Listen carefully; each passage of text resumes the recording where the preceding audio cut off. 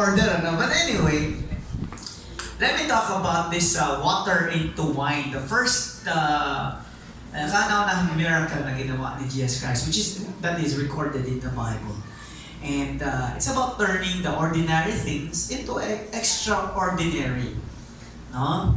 Alam naman natin, mahilig tayo sa mga special. I remember I was once about to speak to a Sunday service. Hindi lang Sunday service, kasi anniversary ng church. I was invited to Pampanga. Alam niyo man, pag invited ako, pag sinabing 10, I would come there earlier. At sa pagdating ko, wala pang masyadong mga tao. But after a while, before magsimula ang service, puno na yung the entire church. Hundreds of people were there. Malaking church, maraming mga tao. Especially it was the anniversary. So I was excited to speak. Hindi ko na maalala ano yung topic of that day. But I remember the thing that happened. Sabi sa akin ng pastor, tingnan mo yung program pass, sabi niya, there will be a choir. Kikanta mo ng number yung choir. And then I will introduce you, mapakilala kita, and then you will speak na. Sige. So before tawagin yung choir, I was there talking pa. So sabi ko, malapit na. I-check ko na yung notes ko. So I checked, kinuha ko yung aking notes, kinuha ko yung aking folder. Kinuha ko yung folder ko sa aking laptop bag. Pagtingin ko pa lang, ang folder ko, iba yung kulay. Sabi ko, parang hindi yata. Parang iba kulay ng folder na to. So tinignan ko siya, brinouse ko, isa ko, sandali lang. No? Kumakabog yung aking dibdib kasi sandali lang. Parang hindi ito yung mga notes ko. Parang namali yata ako ng dala. Sabi ko, lalo talagang kumabog yung dibdib ko, tsaka my heart sank. Sabi ko, nako, hindi nga ito yun. Wala dito yung mga notes ko. Paano na to? I was thinking, sabi ko, nakakahiya, tatayo ako sa harapan. Ano sasabihin ko? Tsamba-tsamba lang ba to? No, so sabi ko, dapat hindi ako pahalata. Siguro may pag-asa pa. Tingnan natin. Sabi ko, tingnan natin. So, tatawagin pa lang yung choir nun. Sabi ko sa pastor nag-invite sa akin, sandali lang nakakalabas ako sandali. So, of course, hindi ka mapahalata. Relax ka lang, tatayo ka, lalakad ka ng simple, parang CCR ka. Pero pag-apa ko sa labas ng pintuan, takbo ko sa sakyan, ang bilis. Takbo ko sa kaya malayo ang parking dahil mahaba yung lugar, malayo-layo. Na maraming sa harapan, nagkukunti ang parking lang. So malayo ako, so takbo ko talaga, mainit pa naman. No? At first thing, pinag ko yung remote, bunik sa may pinto, tinignan ko yung mga gamit ko doon. Sabi ko, bakit wala dito sa harapan? Bakit wala dito? Tagtingin ko sa likod, wala dito sa likod. Ano na to? Sabi ko, ano sasabihin ko? I don't want to be remembered as the pastor who said nothing at an anniversary. Di ba? Pero, alam mo, pero hindi nyo ako masisisi kung ganun mangyari kasi yung teacher ko sa seminaryo, ganun ang nangyayari. Minsan, pagtayo niya, wala yung PowerPoint niya, wala siya sinabi. Okay, anyway, parang sabi ko, hindi lang ako masisisi. Professor ko nga, ganun ako pa. Pero hindi mga kapatid, sabi ko, ano nila? So tinignan ko yung buong kotse, buti lang pagbukas ko ng trunk, merong mga papel doon, nakabaliktad pa. Sabi ko, ito na sana yun. At pagbuklad ko, nakasulat na pala sa taas. Anniversary Sermon for Pampanga. Wow! Ang saya-saya ko. Takbo ko sa, sabi ko, tinatawag na yung pangalan ko. At pagdating ko sa pintuan, siyempre, punas sa pawis, relax, at pasok sa loob. Yan. Upo na parang wala nangyari. At ayun, ini-introduce na ako. Nobody knew, walang nakakaalam na magkakaroon na sana ng isang disaster. Di ba? Hindi. Nobody knew. Kung ano yung nangyari before ako tumayo sa harapan. Hindi ko na kunento, pero at least ngayon alam ninyo. Hindi first time na nangyari yan, mga kapatid. It happens here. No? Pero I praise the Lord. Kahit na nawawala kami sa yung notes ko, ay pinapaalala ni Lord. Hindi ba? Ang mahirap, hindi natin maalala. But anyway, the same thing happened. Kaya kung nakikwento yun, the same thing happened in our story today. In our text today. The wedding at Cana. Cana is a small village. Maliit lang na village. Pero in their time, pag sinabing party, pag sinabing marriage party, lahat ng mga buong baryo na andun, lahat ng tao na andun, magkakilala lahat. And it's a big thing na kailangan, pagka merong marriage na ganito, kailangan talagang nag-flowing with food, flowing with wine. At ito nga nangyari dyan. On the third day, there was a wedding at Cana in Galilee. And the mother of Jesus was there. Sabi ng mga scholars, probably yung wedding na to ay kamag-anak nila Jesus, ni Maria. Maring tita, maring mga pamangkin niya, basta kamag-anak ito. And the mother of Jesus was there, si Mary. Jesus also was invited to the wedding with his disciples. When the wine ran out, ano nangyari? Naubusan ng wine. Now, it's not a big thing para sa atin na naubusan ng. Pero sa atin, dahil sa palagi akong pastor, pagka I'm always usually on time, kuminsan sinasabi ko na nga sa mga nag-invite sa akin anong oras yung totoo? Yung totoo. Yung mga nakakilala sa akin, sabihin lang yung totoo. Pero hindi masyadong nakikilala sa akin, i-invite ako sa oras na hindi totoo. Sabihin na 10, pero magsimula yung 11. Pero nakakilala sa akin, sabihin lang, Pastor, 10 nakalagay sa program, pero magsimula mo tayo 11. Alam ko na oras ako darating. Usually, ako yung nakauna.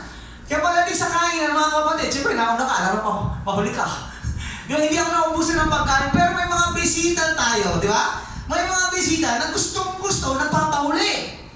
May mga kasalan, naubusan ng pagkain. Na-experience na ba yan? Na pagdating sa kasalan, naubusan kayo ng pagkain? Hindi pa, sobra-sobra, pero na-experience ko na hindi ako, kundi mga dumating, naubusan sila ng pagkain, namili lang sa Jollibee. But this is what happened here. Naubusan na ng wine. No? And when the wine ran out, the mother of Jesus said to him, they have no wine. Wala na wine. And Jesus said to her, woman, what does this have to do with me? My hour has not yet come. And his mother said to the servants, do whatever he tells you. Basta kung ano yung ibilin niya, gawin ninyo. And now there were 6 stone water jars there for the Jewish rites of purification, each holding 20 or 30 gallons. Ang dami, no? And Jesus said to the servants, fill the jars with water.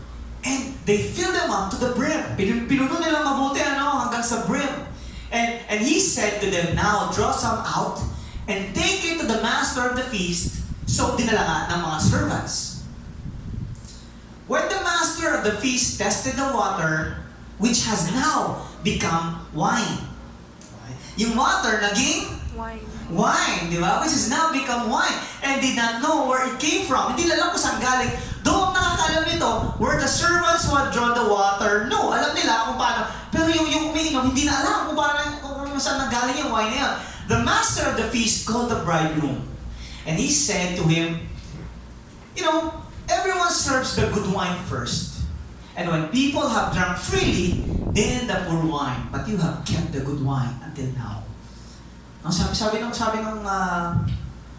master dyan, pinatawag niya yung kinasal. Sabi niya, di ba, nakaugalaan natin, sinaserve mo na yung masasarap na wine. Tapos okay na lahat, doon yung hindi masyadong masarap. Pero ikaw, hinuli mo yung masarap. Ang sarap-sarap naman ito. Di ba?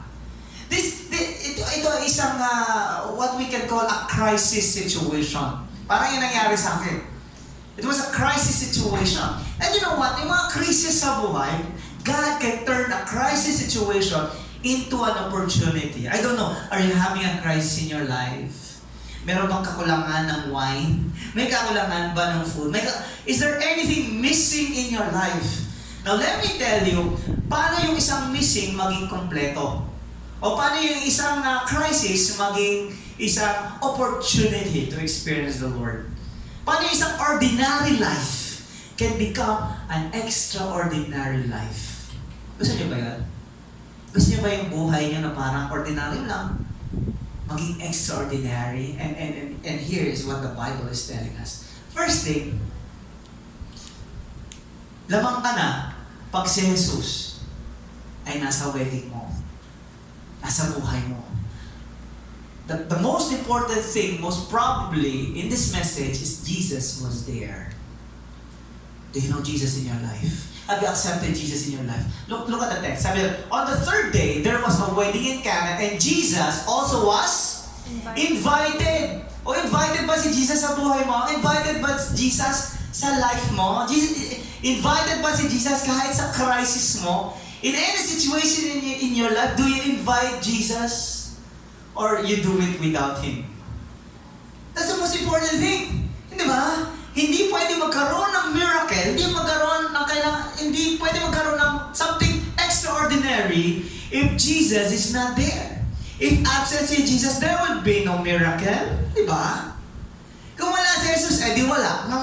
Bahala kayo dyan. But the good thing is, Jesus was there.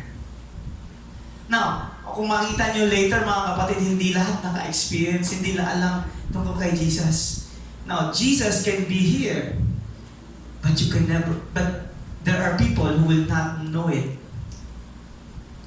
Maaaring naandun si Jesus, pero hindi mo siya na-experience. Di ba? That's the sad part. Gumawa ng miracle si Jesus Christ, sabi niya kayo, gumawa ng miracle si Jesus Christ, pero yung master o yung ibang mga tao, hindi nila alam, wala silang kalam-alam. Di ba? That's so sad. Alam mo, napakilala na si Jesus sa'yo. Di ba? Dinala na si Jesus sa'yo, inintroduce na si Jesus sa'yo, pero hindi mo talaga siya nakilala. You have been going to church for a long time, but you have never experienced Jesus Christ in your heart? That's so sad. Di ba? Talking about a wedding. Last Friday yata ito. Last Friday, I was talking to this girl. No, and ikakasal siya. She will have a wedding sa February. Therefore, sabi niya sa akin, pinakita niya yung actually picture ng maging husband niya. Sabi ko, gwapo. At sabi niya sa akin, tumingin siya sa akin, parang sabi niya, hindi naman po siya, pastor, hindi naman siya, hindi naman siya lugi sa akin.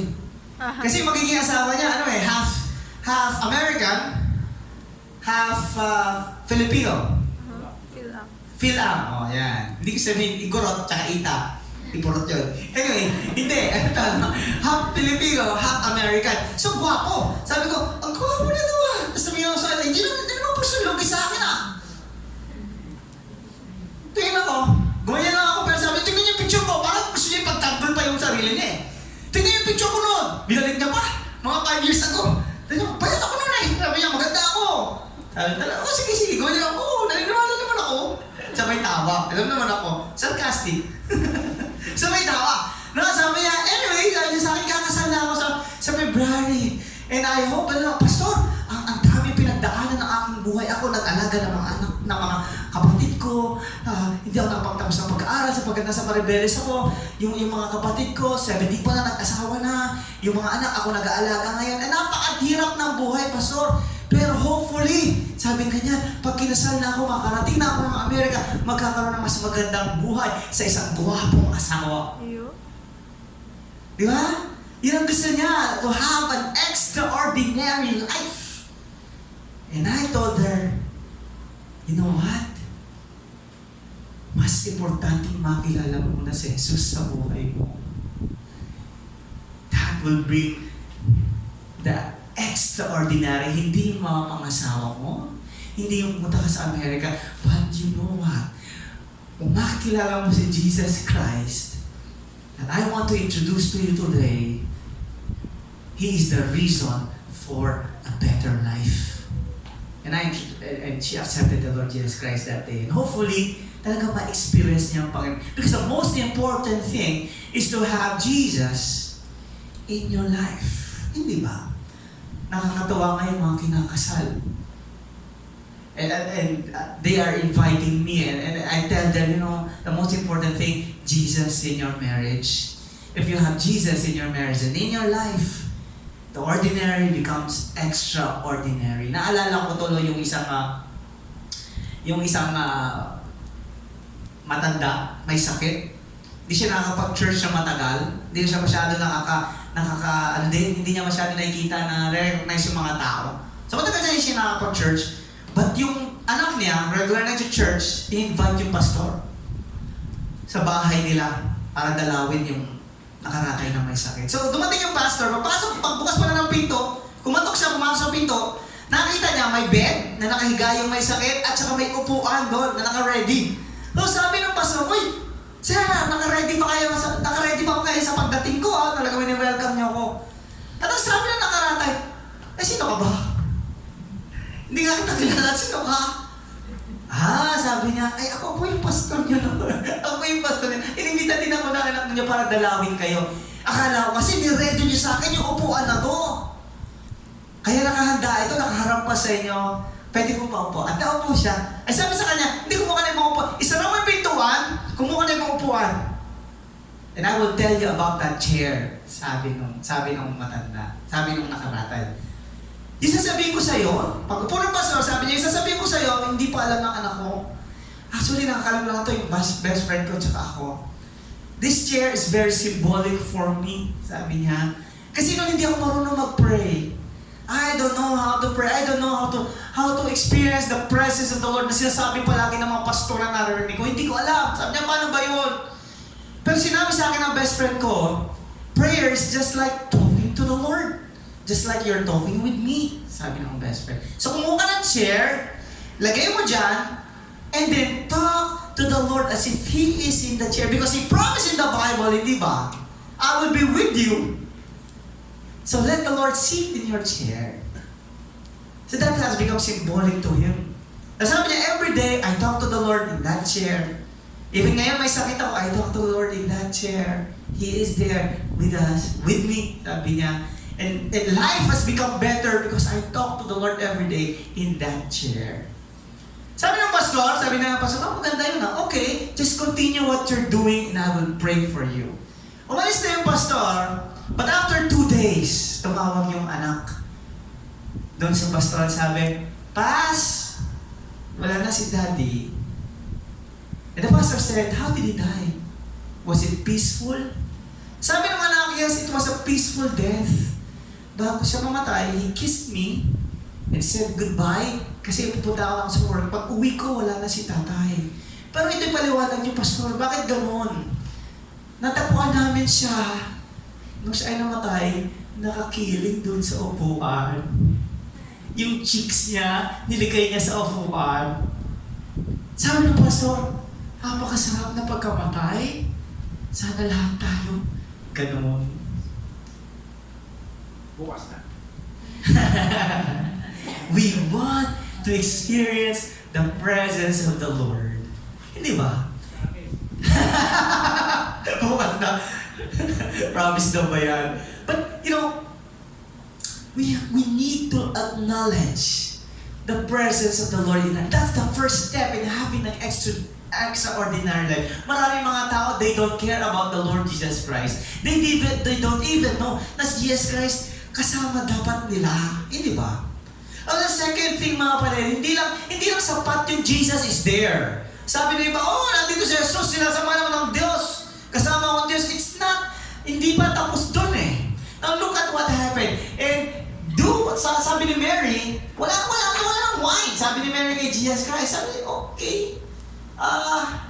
Sabi ni Mary dun sa mga servants, kung ano sabihin niya, sabihin ni Jesus, ano gagawin?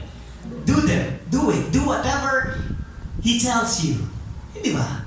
Kung ano man sasabihin ni Jesus Christ, gawin mo yun. It's not finished. Pag si Jesus Christ nasa iyong buhay, you have to allow God to take control of your life. Of course, nandiyan si Jesus Christ. Pero sabi mo, is He controlling your life? Does He has a say sa buhay mo? Meron bang decision si God sa life mo? Part ba siya ng decisions mo everyday? Parang naano yung mata ko sumising kita. But again, Jesus said to the servants, so pagka si Jesus Christ ginalaw mo, He tells you what to do. Sabi siya ni Jesus, ano yung gagawin? Sinabi ni Jesus yung gagawin. Ito gagawin. Sabi niya, Jesus said to the servants, fill the jar with water, and they filled them up to the brim. And He said to them, now draw some out and take it to the master of the feast. So, what did they do? Ano ginawa ng mga servants? They took it. So, sa simple salita, whatever sinabi ni Jesus Christ, they obeyed it. Alam mo, may paborito si Ate Rose yun. Ano special number ba na Ate Rose yun? Kumanta siya, Jesus take the wheel. Kumanta ka ba naman? O sinare mo lang yung kanta? Sinare niya lang. Alam mo, paborito kanta na noon eh. No, sabi niya, Jesus take the wheel. Ito yung ibig sabihin nun eh. Hindi lang sapat na kasama mo si Kristo at siya yung co-pilot mo. Siya yung kotse. Di ba? Co-pilot ko siya. Co-pilot, ibig sabihin, assistant lang eh. Pero hindi eh. Jesus Christ ang magde-decide what happens to your life. Many of us look at God as a genie. Di ba? We come to God in prayer. We treat God na parang genie. We come to God and pray, Lord, ito yung mga needs ko, yung kailangan ko, ito yung kailangan mangyari. This is what I want to happen. Ganyan no? At para bang si Jesus Christ ngayon, si God, obligado, ino-obliga natin siya, Lord, ang gagawin hindi ka masama, obligado na gawin yung gusto mo. Hindi God yun. Ano yun? Genie. Di ba? Pagka may genie tayo, parang genie ng bottle, konting kaskas, lalabas yung genie, meron kayong 3 wishes. No? Pero ang Diyos natin ay hindi genie, siya ay Diyos. Therefore, ang in-expect niya, siya yung magsasabi, tayo ang susunod. I-expect niya sunod tayo, and then, He makes the ordinary extraordinary. We need to be obedient. Him taking control. Do whatever He tells you. Hindi ba? Kaya nga mga kapatid, yung mga Christians, wala silang wishes. Kasi wala naman silang genie. Meron silang prayer kasi meron silang God. Tama ba? Mga kapatid, pag Kristiyano ka, wala kang wish. Ang wish pang genie lang yun. Ang prayer para kay God. So pag ang birthday, ano prayer mo? Ayan dapat ang tanong, ano prayer mo? O tatanungin, ano yung wish mo na, genie? Mga kapatid, we have a God. So let's not treat God as our genie na pupunta lahat ng ating mga requests. No! He tells us what to do. And we do it. That's what happens sa mga kapatid. And the best thing about that is this. Jesus turned the ordinary to extraordinary. You have to wait. Wait for God's solution. You know, babalik lang ako baka may nakalimutan ko. Nung sumagot si God, sabi niya, punuin niyo ng tubig. That's weird. Di ba? Karamihan yung mga utos ni God. Yung, gusto natin kasi naintindihan natin yung utos ni God eh. Gusto natin pagka pinapagawa ni God, maintindihan natin eh. Ganyan tayo, di ba? Eh, karamihan ng mga sinasabi ni God, di natin maintindihan eh. Well, that's okay. It's not our job to understand yung pinapagawa niya. It's our job to obey. Ang job niya, to give the command. Di ba? Ang job natin to obey. It's not our job to understand. Marami sinasabi si God. Do you know the first commandment of the Lord kay Adam tsaka kay Eve? Ano ang command niya kay Adam tsaka kay Eve? Huwag mo kakainin yung fruits na yun, o kalapit sa puno na yun, huwag mo kakainin yung fruits. Imagine mo, first time magkasama ng man and woman, yun ang utos niya, di ba? Tayo sasabi natin, magmahalan kayo, huwag kayo mag-aaway, di ba? Palagi kayo magsasabihan ng mga struggles. Ganyan mo sasabi natin, pero sige, sabi niya, huwag nyo kakainin yun, ha? Sabi niya, pagka may kaaway ka, anong gagawin? Ipanalangin mo, di ba? Parang kakaiba yata yun. Para tumaas ka, kailangan makababa ka. Di ba? Kung gusto mo maging leader, kailangan mo maging servant. Parang weird yata yun, pero we don't understand, mga kapatid, no? At kuminsan we ask the Lord, tell me, itong problema ko, tell me, anong gagawin mo dyan? We want to understand, but that's not our job. Our job is just to obey. Di ba? Nakakatawa nga yung mga militar, di ba? Obey first before you complain. Ganun din sa Panginoon. Hindi niya, huwag natin expect na ipaliwanag niya yung nangyayari sa'yo. I-expect mo lang that He will, if you will obey Him, that He will turn, this is what you expect, that He will turn the ordinary into the extraordinary. What happened? The water now became wine. Di ba? The bitterness in your life can turn into sweet. The struggles in your life can become strength. Di ba? Everyone serves the good wine first. Sabi niya, mas maganda pa pag si God ang nagsusolusyon. Di ba?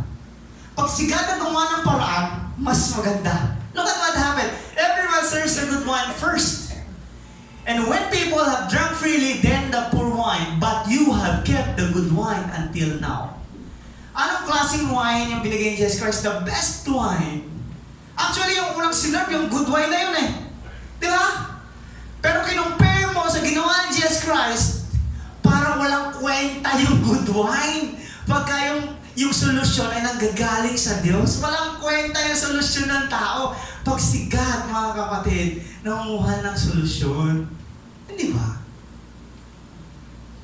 So if you want to turn this crisis, this normal, this ordinary life to a better life, remember this story of Jesus Christ. Jesus was there. Jesus took control and let Jesus make the ordinary into extraordinary. Await His solution. That's our job. Let's pray. Father God, thank you for this morning, that you are wonderful, that you have always, alam mo naman Panginoon, that lahat kami may mga struggles in life. And sometimes life is just like normal, Lord. Boring. But Lord, take hold of us. Kayo, Panginoon, ang hawak sa aming mga buhay. We want to experience your solutions to our problems. And as we are wait, help us just obey you, Panginoon. That is our job. Thank you, Father. In Jesus Christ's name we pray.